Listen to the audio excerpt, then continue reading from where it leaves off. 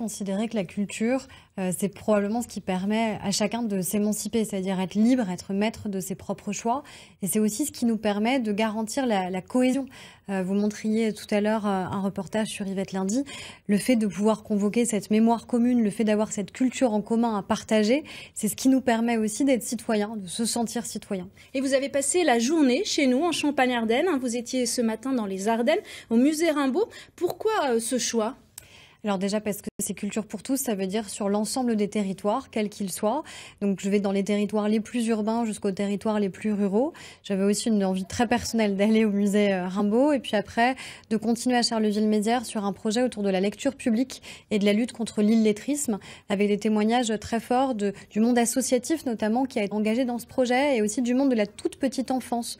Comment on permet dès la crèche d'avoir un éveil aux mots, au langage, à l'éveil artistique de manière à ce que ça puisse perdurer tout au long de la vie. La culture est encore réservée à une élite ?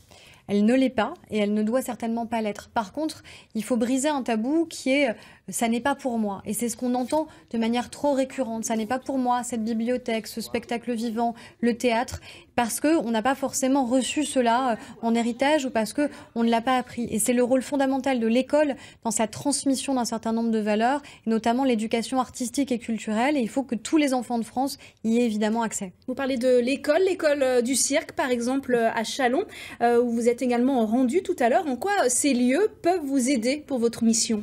Alors l'école du cirque que vous évoquez, c'est une école d'excellence qui existe. On a une école dans notre pays de l'art du cirque qui est très différente de celle des autres pays, qui est très professionnalisante, où on le met en valeur, mais c'est parler aussi de tous les arts. L'art, c'est le théâtre, c'est le spectacle vivant, c'est l'art pictural, c'est aussi la capacité de rencontre avec des artistes. Et ce qui était très intéressant quand j'ai rencontré le directeur et aussi les étudiants qui y sont, c'est qu'ils ont ce rapport aux spectateurs et l'envie de transmettre. Et ça, je pense que c'est commun évidemment aux artistes, mais il faut favoriser cette rencontre. Alors comment ?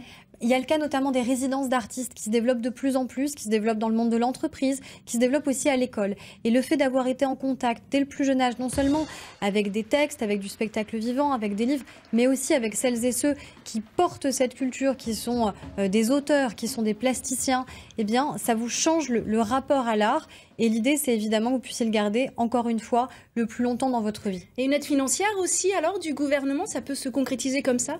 Ça doit se concrétiser comme ça. Alors dans les Ardennes, il y a un pacte dédié de l'État qui est un pacte Ardennes où il y a évidemment la question de la culture qui revient avec la création de tiers-lieux. On a le Festival international des marionnettes auquel on pense avec un enjeu aussi d'un pôle qui soit renforcé. Mais vous savez, le budget de la culture, c'est toujours un budget de combat, que ce soit au niveau local ou au niveau national. Et il faut absolument que ce soit envisagé non plus comme un coût, mais un vrai investissement pour notre pays. Merci beaucoup, Robert.